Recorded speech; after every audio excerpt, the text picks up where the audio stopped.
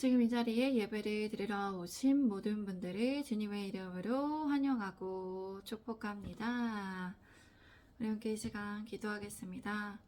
사랑하는 하나님 아버지, 참 감사드립니다. 오늘도 주님 앞에 나와 예배 드릴 수 있게 하시는 은혜에 감사드립니다. 우리의 예배를 기쁘게 받아주시옵소서. 주님 홀로 영광 받아주시옵소서. 주님 감사합니다. 이 시간 지도하여 주시고 가르쳐 주시옵소서. 주님 사랑합니다. 예수 그리스도의 이름으로 기도드립니다. 아멘. 오늘 설교의 주제는 하나님의 말씀을 행하는 자로 살아갑니다 입니다. 하나님의 말씀을 행하는 자로 살아갑니다 입니다. 누가복음의 6장은 예수님과 종교 지도자들과의 논쟁의 주제인 안식일에 대해서 말하고 있습니다. 단지 안식일이 하나의 계율이 되어 인간의 삶을 억압하는 도구가 되어버렸습니다. 안식일은 하나님께서 인간에게 주신 생명과 행복입니다. 이것에 대해 주님께서는 증거하셨습니다.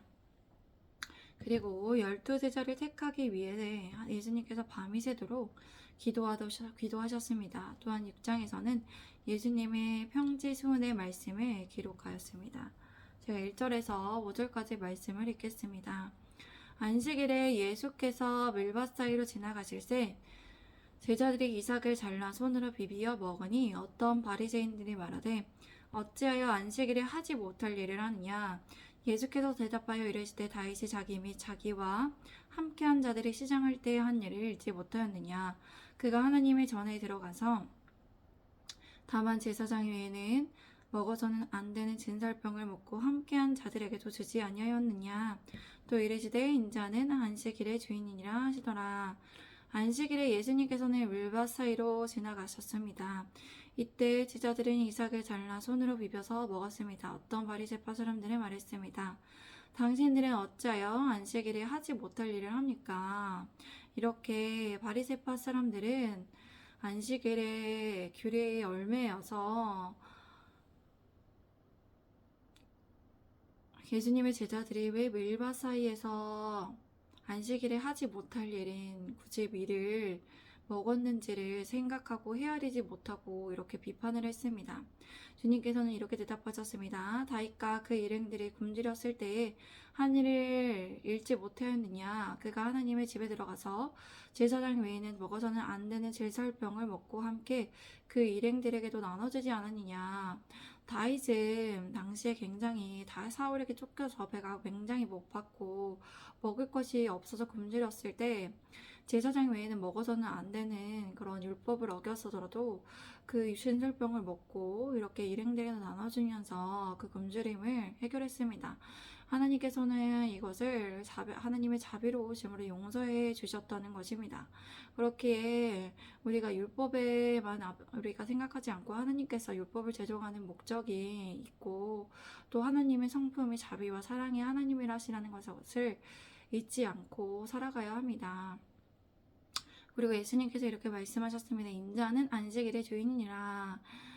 예수님께서 안식일의 주인이기 때문에 안식일에 해도 되는 그런 행동들, 율법에 너무 얽매이지 않고 그런 행동들을 주님께서 그 율법에 얽매이지 않고 안식일의 주인이시기 때문에 주인으로서 할 수 있는 일들을 주님께서는 주체가 되어서 그것이 왜 할 수 없고 또 할 수 있는지를 아신다는 것이죠. 그렇기 때문에 율법에 얽매이지 말고 안식일을 창조하신 하나님의 그 창조 목적을 알고 안식일에 안식하기 위해서 수고하고 6일 동안 힘들었기 때문에 주님 안에서 쉴 수 있도록 그렇게 안식일을 제정하여 주셨음을 알으라는 것이죠. 얽매여서 안식일조차도 그렇게 비판하며 정죄하면서 다른 사람들이 쉬지 못하도록 할 필요가 없다는 것입니다.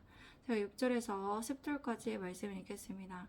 또 다른 안식일에 예수께서 회당에 들어가사 가르치실 때 거기 오른손 마른 사람이 있는지라.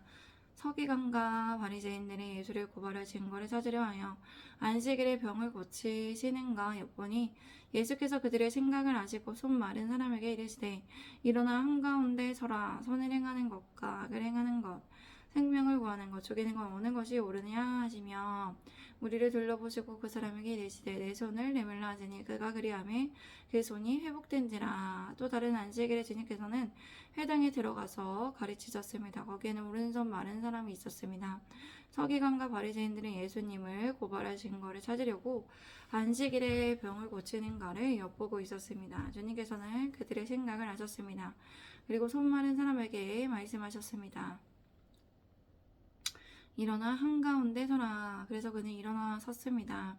예수님께서는 그들에게 말씀하셨습니다. 내가 너희에게 묻겠다. 안식일에 손을 행하는 것과 악한 일을 하는 것 중에 어느 것이 옳으냐? 안식일에 생명을 구하는 것과 죽이는 것 중에 어느 것이 옳으냐? 주님께서는 무리를 둘러보시고 그 사람에게 말씀하셨습니다. 네 손을 내밀라.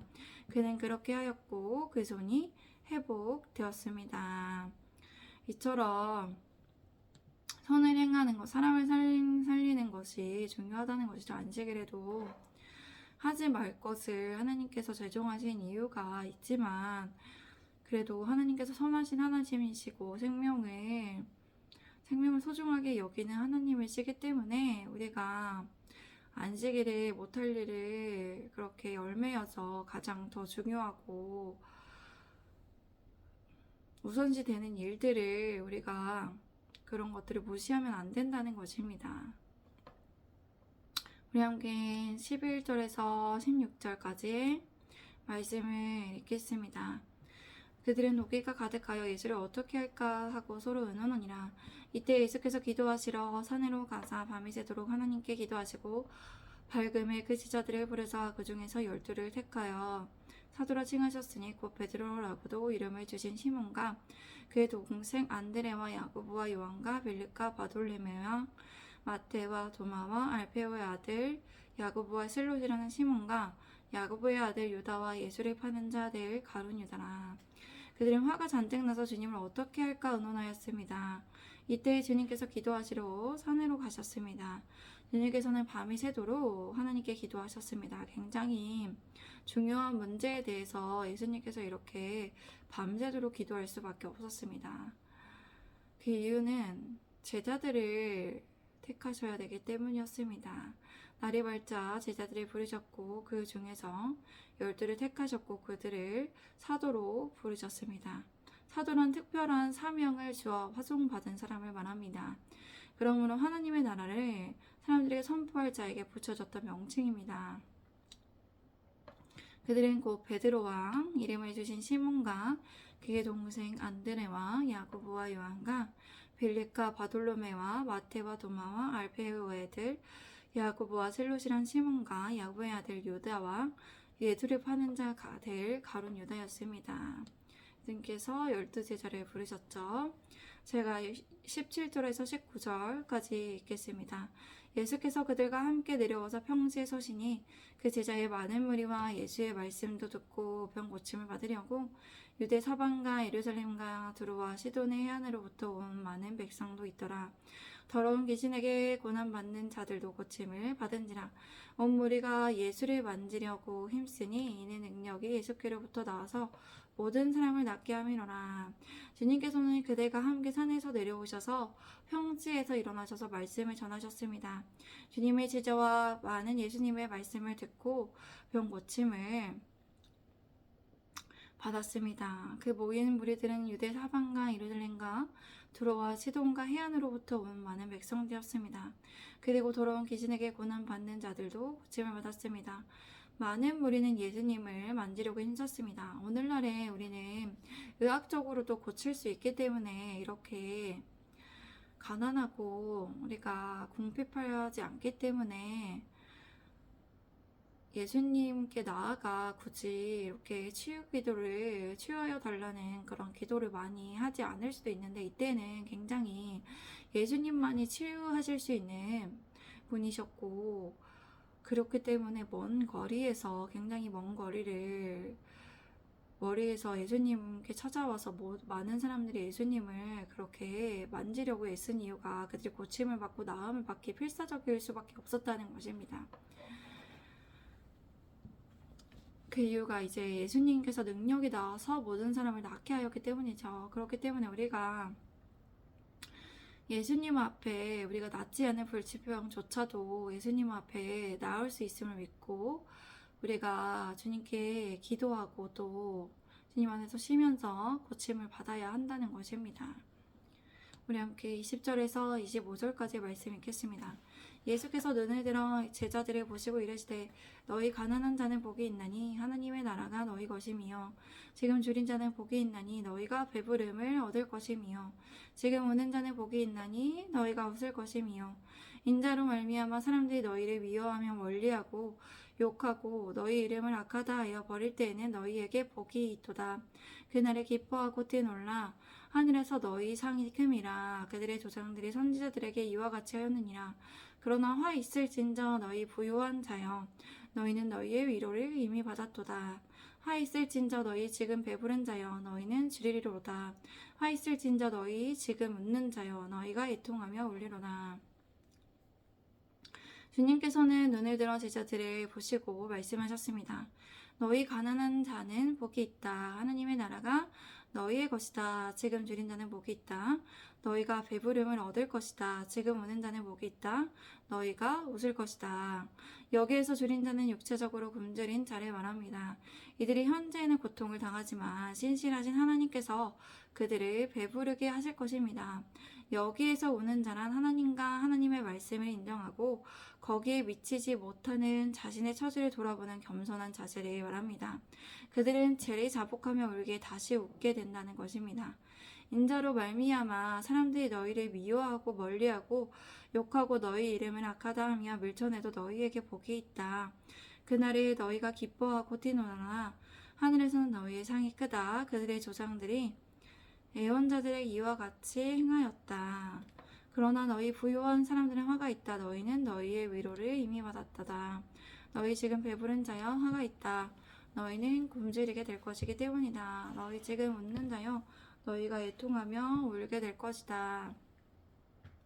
그러나 부유한 사람들은 부자들은 가시적으로 보여지는 물질만을 세상에서 제일 우선시하는 이들입니다. 그들은 어려운 이웃들을 외면하고 오직 자신의 이익과 쾌락만을 중요시 여깁니다. 그러나 그들은 그들의 영적 국핍을 깨닫지 못하며 공허한 삶을 유지하면서 본인들에게 무엇이 부족한지 모르며 살아갑니다. 여기에서 배부른 자란 음식으로 배불리 채운 사람을 뜻합니다. 당시에 이렇게 음식으로 배불리 채운 사람은 이들의 배부름이 현실 속에서 자신의 사회적 지위나 부를 얻는 데만 누리는 데 만족을 중요하게 여기고 다른 어렵고 힘든 이들을 전혀 돌아보지 않는 이기적인 행복 추구자이므로 하나님에 대한 믿음을 가볍게 여기는 사람들이었습니다. 또한 여기에서 웃는 자란 인간의 오만한 자기 확신과 교만을 나타내는 것입니다. 그러므로 이들에게 화가 있는 것입니다. 제가 26절에서 30절까지의 말씀을 읽겠습니다. 모든 사람이 너희를 칭찬하면 화가 있도다. 그들의 조상들이 거짓 선지자들에게 이와 같이 하였느니라. 그러나 너희 듣는 자에게 내가 이르노니 너희 원수를 사랑하며 너희를 미워하는 자를 선대하며 너희를 저주하는 자를 위하여 축복하며 너희를 모욕하는 자를 위하여 기도하라. 너희 입밤을 치는 자에게도 밤도 돌려대며 네 겉옷을 빼앗는 자에게 속옷도 거절하지 말라. 네게 구하는 자에게 주며 네 것을 가져가는 자에게 다시 달라 하지 말며 모든 사람에게 칭찬을 받는 사람은 화가 있습니다. 그들의 조상들도 거짓 애언자들에게 이렇게 대했습니다. 그러나 내 말을 듣는 너희에게 내가 말한다. 너희 원수를 사랑하며 너희를 미워하는 사람들에게 잘해주라. 너희를 저주하는 사람들을 축복하고 너희에게 함부로 대하는 사람들을 위해 기도하라. 누가 뺨을 때리거든 다른 뺨도 돌려대고 네 겉옷을 빼앗는 사람에게는 속옷도 거절하지 말라. 네게 구하는 자에게 주며 네 것을 가져다 주는 자에게 다시 달라 하지 말라. 모든 사람에게 칭찬을 받는 사람이 화가 있죠. 그런 이유가 무엇입니까? 모든 사람에게 칭찬을 받기 위해서 이렇게 아첨하고 모든 비율을 다 맞춰주면서 예수님처럼 그렇게 마땅히 가르쳐야 되고 건면하고 해야 할 말을 하지 않기 때문에 그 사람들이 칭찬을 해주고 이제 이렇게 칭찬을 받기에만 하기 때문에 바른 말 옳은 말은 기피할 수 있다는 것입니다. 이렇게 거짓 예언자들은 거짓 평화와 거짓된 그런 하나님의 말씀, 진리된 것을 전했기 때문에 그렇게 칭찬을 들었습니다. 그러나 예수님께서는 그렇게 칭찬만을 듣지 않았던 이유는 그들의 비유와 아첨을 다 맞춰주지 않으셨기 때문입니다. 바른 말씀을 하시고 바른 말을 전하셨기 때문입니다. 우리가 또 원수를 사랑해야 하는데 또 원수를 사랑하는 것이 어려울 수가 있어요. 그래서 원수를 만들지 않는 것도 화평을 유지할 수 있는 것도 지혜입니다. 우리가 원수를 또 만들지 않기 위해서 많은 사람들을 사랑으로 대하기 위해서 우리가 못된 말을 하지 않고 우리를 괴롭히려고 하는 사람들, 일방적으로 괴롭히려고 하는 사람들을 위해 기도하고 또 참아야 되는 것도 있습니다. 또 뺨을 때리거든 뺨을 맞을 그런 상황도 안 만들면 되긴 하지만 겉옷을 빼앗는 그런 상황을 안 만들면 되지만 피차 우리가 우리 원수들이 그런 상황을 만든다면 우리가 이렇게도 할 수 있어야 한다고 예수님께서 말씀하신 것입니다. 이렇게 우리가 지혜롭고 또 주님의 사랑으로 대하기를 원하지만 어렵지만 그래도 조금씩 우리가 그렇게 하나님의 말씀대로 행하기를 원합니다. 그리고 하나님께서 이러한 상황들을 허락해 주시지 않는 것은 우리가 그렇게 할 수 없기 때문에 하나님께서는 우리가 받을 수 있는 시험과 고난만 주시기 때문에 주시지 않는 것이기 때문에 우리가 감사하면서 또 만약에 우리에게 온다면 우리가 감당할 수 있기 때문에 그런 상황들을 주시기 때문에 우리가 이런 상황에 우리가 무엇을 할 수 있을까? 이렇게 했을 때 우리가 상이 크기 때문에 우리가에게 상을 주시려고 하는 거구나 라는 그런 하나님의 관점으로도 해석할 수 있어야 합니다. 우리 함께 31절에서 38절까지 말씀을 읽겠습니다. 시작. 남에게 대접을 받고자 하는 대로 너희도 남을 대접하라. 너희가 만일 너희를 사랑하는 자만 사랑하면 칭찬을 받을 것이 무엇이냐? 죄인들도 사랑하는 자는 사랑하느니라. 너희가 만일 선대하는 자만을 선대하면 칭찬 받을 것이 무엇이냐? 죄인들도 이렇게 하느니라. 너희가 받기를 바라고 사람들에게 구워주면 칭찬 받을 것이 무엇이냐? 죄인들도 그만큼 받고자 하여 죄인에게 구워주느니라. 오직 너희는 원수를 사랑하고 선대하며 아무것도 바라지 말고 구워주라. 그리하면 너희 상이 클 것이요 또 지극히 높으신 이의 아들이 되리니 그의 은혜를 모르는 자와 악한 자에게도 인자하시니라. 너희 아버지의 자비로우신 같이 너희도 자비로운 자가 되라. 비판하지 말라. 그리하면 너희가 비판을 받지 않을 것이요 정죄하지 말라. 그리하면 너희가 정죄를 받지 않을 것이요 용서하라. 그리하면 너희가 용서를 받을 것이요 주라. 그리하면 너희에게 줄 것이니 곧 후히 되어 누르고 흔들어 넘치도록 하여 너희에게 안겨주리라. 너희가 헤아리는 그 헤아림으로 너희도 헤아림을 도로 받을 것이니라. 너희는 남에게 대접을 받고자 하는 대로 남을 대접하라. 너희가 너희를 사랑하는 사람들만 사랑하면 그것이 너희에게 무슨 칭찬이 있겠느냐? 죄인들도 자기를 사랑해 주는 사람들을 사랑한다. 너희가 만일 선대하는 자만을 선대하면 칭찬받을 것이 있겠느냐? 죄인들도 그렇게 하느니라. 너희가 받기를 바라고 사람들에게 구워주면 칭찬받을 것이 있겠느냐? 죄인들도 그만큼 받고자 하여 다른 죄인들에게 빌려준다.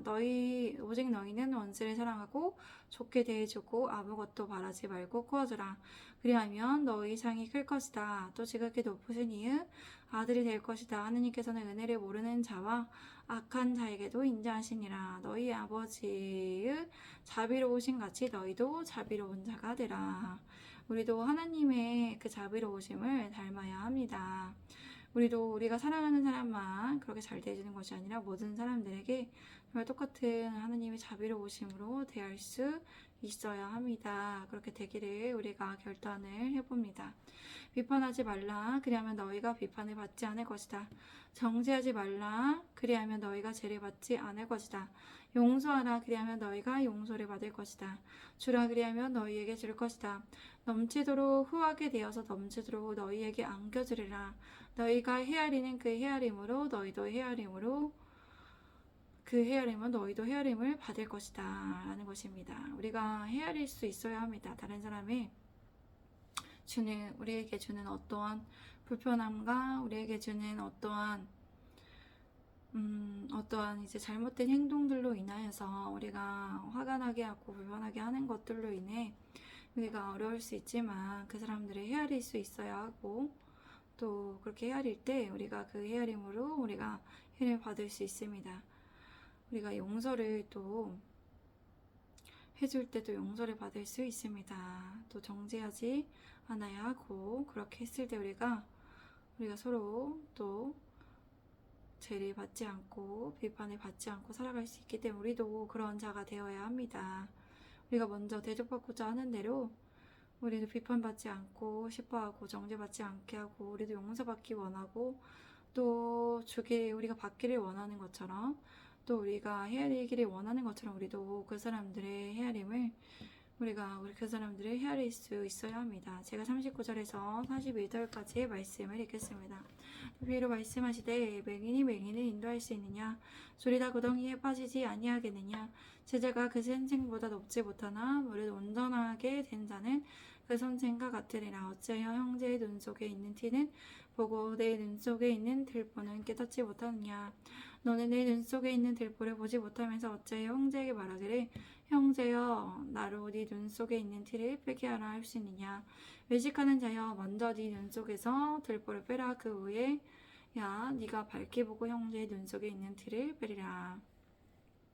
예수님께서 또 비유로 말씀하셨습니다. 맹인이 맹인을 인도할 수 있느냐? 둘 다 구덩이에 빠지지 않겠느냐? 예수님께서 이렇게 말씀하신 이유는 맹인이란 영적 판단력이 없는 사람으로서 당시 바리새인들과 같은 이들을 말했습니다. 이들은 영적 진리를 알지 못하면서도 다른 사람을 가르치는 종교 지도자들이었습니다. 그렇기 때문에 제자가 그 선생보다 높지 못하나 온전하게 된 자는 선생과 같으니라 말씀은 제자와 스승 관계, 또 맹인과의 가서 밀접하게 관련되어서 이렇게 말씀해 주셨는데, 제자와 여기서 스승이나 바리새인과 같이 영적으로 무지한 종교 지도자들의 인도함을 받는 사람으로서 제자들 역시 무지할 수밖에 없다는 것을 말씀하신 것입니다. 이들이 제자가 온전하더라도 그 선생과 같다고 하더라도 온전하게 되어서 선생과 같다고 하더라도 바리새인이 제자가 아무리 훌륭하더라도 그들은 영적으로 무지하기 때문에 영적 진리의 핵심에 이르지 못함으로써 그 구원에 이르지 못한다는 것입니다. 구원에 이를 수 있는 영적인 그런 깨달음을 얻지 못하기 때문입니다. 분별력이 없기 때문입니다. 어찌하여 너는 내 형제의 눈 속에 있는 티는 보면서 내 눈 속에 있는 들보를 깨닫지 못하느냐? 너는 내 눈 속에 있는 들보를 보지 못하면서 어찌하여 형제에게 말하기를 형제여 나로 네 눈 속에 있는 티를 빼내라고 할 수 있느냐? 외식하는 이 선자여 먼저 네 눈에서 들보를 빼내라. 그런 후에야 네가 정확히 보고 형제의 눈 속에 있는 티를 빼낼 수 있을 것이다. 그렇죠. 우리가 먼저 남을 지적하고 가르치기 이전에, 남을 비판하기 이전에 우리 비판과 권면의 차이가 있는데, 비판은 이제 남을 가르쳐서 다른 사람이 비판은 남을 가르치는 데 있어서 그 무게중심이 그 사람을 미워하는 거에 이렇게 중점이 돼 있다면, 우리가 권면할 때는 그 사람이 잘 되기를 바라는 마음으로 이렇게 가르쳐 주는 것이 있습니다. 여기다 이 차이점이 있기 때문에 우리가 이렇게 비판을 한다면, 남을 가르치면서 비판을 하고 상대방이 나에게 불편함을 주었기 때문에 이렇게 얘기를 한다면, 그렇게 하는 것에 있어서 내가 먼저 모범을 보여야 그래서 다른 사람에게 얘기를 할 수 있는 것입니다. 우리 함께 43절에서 45절까지 말씀을 읽겠습니다. 시작. 못된 열매 맺는 좋은 나무가 없고 또 좋은 열매 맺는 못된 나무가 없느니라. 나무는 각각 그 열매로 아나니 가지나무에서 무화과를 또는 찔레에서 포도를 따지 못하느니라. 선한 사람은 마음에 쌓은 선에서 선을 내고 악한 자는 그 쌓은 악에서 악을 내나니 이는 마음에 가득한 것을 입으로 말함이니라. 나쁜 열매를 맺는 좋은 나무가 없고 또 좋은 열매를 맺는 못된 나무가 없느니라. 나무는 각각 그 열매로 알 수 있나니 가지나무에서 무화과를 또는 찔레에서 포도를 따지 못하느니라. 선한 사람은 마음에 쌓은 선에서 선을 내고 악한 자는 그 쌓은 악에서 악을 내나니 이는 마음에 가득한 것을 입으로 말함이니라. 그렇죠. 우리가 선한 열매를 좋은 열매를 맺기 위해서 우리가 좋은 나무가 되어야 한다는 것입니다. 우리가 좋은 나무가 되기 위해서 어떻게 살아가야 합니까?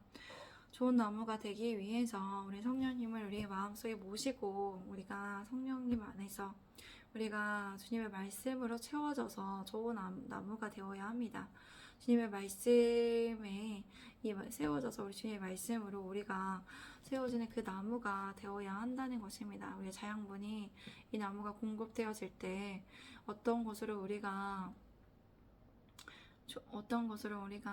뿌리를 내릴 수 있냐면 하나님의 말씀으로 기도함으로 말씀을 실천함으로 우리가 좋은 나무가 될 수 있지만 나쁜 나무가 된다는 것은 좋은 그런 것들을 우리가 어둠에 있는 것들을 햇빛을 보지 못하고 나무가 또 자양분을 우리가 얻지 못했을 때 못된 나무가 되어 나쁜 나무가 되어서 열매를 맺지 못하고 살아가는 것처럼 우리가 좋은 나무가 될 수 있기 위해서는 우리가 좋은 것들을 우리가 섭취를 해야 한다는 것이죠. 나무가 잘 자라기 위해서 물도 적게 잘 이렇게 흡수를 해야 되고 또 영양분도 흡수해야 되고 햇빛도 봐야 되고 바람도 있어야 한다는 것입니다. 그렇기 때문에 우리가 좋은 나무가 되어서 좋은 열매를 맺을 수 있도록 우리 스스로를 주님의 말씀으로 또 하나님께 기도함으로 또 하나님의 말씀을 실천함으로 좋은 나무가 되어 좋은 열매를 맺어야 합니다. 제가 46절에서 49절까지 말씀을 읽겠습니다. 너희는 나를 불러 주여 주여 하면서도 어찌하여 내가 말하는 것을 행하지 아니하느냐. 내게 나와 내 말을 듣고 행하는 자마다 누구와 같은 것을 너희에게 보이리라. 집을 짓되 깊이 파고 주추를 반석 위에 놓은 사람과 같으니 큰 물이 나서 탕류가 그 집에 부딪히되 잘 지었기 때문에 능히 요동하지 못하게 하였거니와 듣고 행하지 아니하는 자는 주추 없이 흙 위에 집 지은 사람과 같으니 탕류가 부딪히며 집이 곧 무너져 파괴됨이 심하니라 하시니라. 너희는 나를 불러 주여 주여 하면서도 어째여 내가 말하는 것을 행하지 않느냐. 내게 나와 내 말을 듣고 행하는 사람이 어떤 사람과 같은지를 너희에게 보여주겠다. 그는 집을 짓기 위해 땅을 깊이 파고 반석 위에 단단히 기초를 세운 건축자와 같다. 큰 물이 홍수가 나서 탕류인 폭우가 그 집에 부딪혔지만 그 집은 잘 지은 집이기에 흔들리지 않았다. 그러나 내 말을 듣고 실천에 옮기지 않는 사람은 기초 없이 매는 흙 위에다가 집 지은 사람과 같다. 탕류인 폭우가 덮치면 그 집은 즉시 무너져 파괴됨이 심하다. 그렇게 듣기만 하고 우리가 주님의 말씀을 행하지 않는 사람이 환난 때에 넘어지고 견디지 못하고 실패하게 되고 하나님의 심판의 날에 결국 완전히 멸망할 수밖에 없다는 것을 들었습니다. 그럼 우리가 하나님의 말씀을 듣고 흘려보내지만 않고 말씀을 새겨야 합니다. 그래서 환난 날에 넘어지지 않고 굳건히 서 있는 반석이 되어야 합니다. 하나님의 말씀을 행함으로써 하나님의 말씀이 우리 안에 깊숙이 뿌리를 내림으로써 그것이 우리와 삶이 일치되는 삶을 살 수 있도록 실천해야 합니다. 오늘 우리는 예수님의 가르침에 대해서 볼 수 있었습니다. 이 가르침은 쉬운 것이 아닙니다.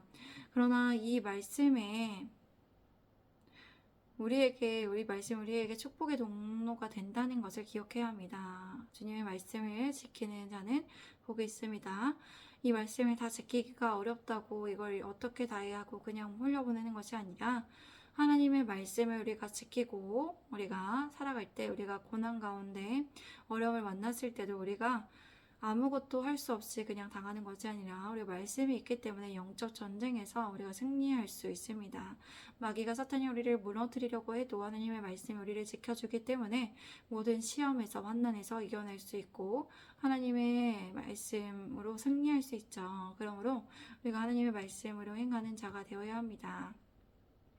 오늘부터 하나님의 말씀을 조금씩이라도 마음에 새겨서 우리가 점진적으로 하나님의 말씀을 실천해야 합니다.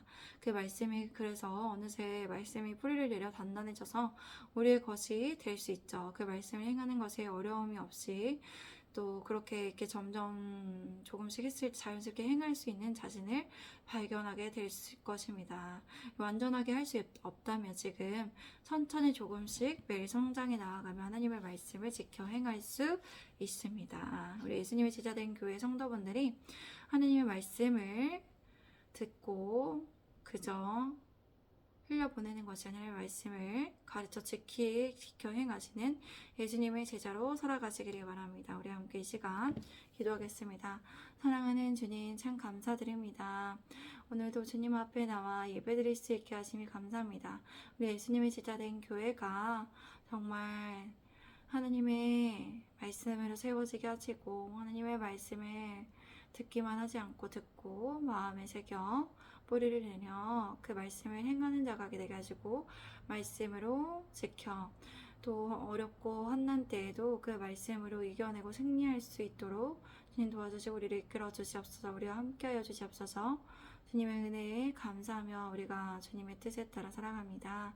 주님께 감사함으로 나아갑니다. 주님의 말씀을 우리가 가르쳐 우리가 지키는 사람으로 살아가게 하여 주시옵소서. 예수님의 제자된 사명을 우리가 살아가게 하여 주시옵소서. 예수님의 제자로서 살아가게 하여 주시옵소서. 주님의 제자로서 말씀을 지켜 행하여 살아갑니다. 복이 있는 자로 살아갑니다. 주님 감사합니다. 사랑합니다. 예수 그리스도의 이름으로 기도드립니다. 아멘. 감사합니다. 오늘도 함께 해주신 많은 분들 감사드립니다. 우리가 예수님의 제자로서 말씀을 지켜 행하기를 원합니다. 우리가 모든 것을 버려 주님을 따르고 또 말씀을 지켜 행하며 예수님의 제자로서 성장하기를 원합니다. 할렐루야.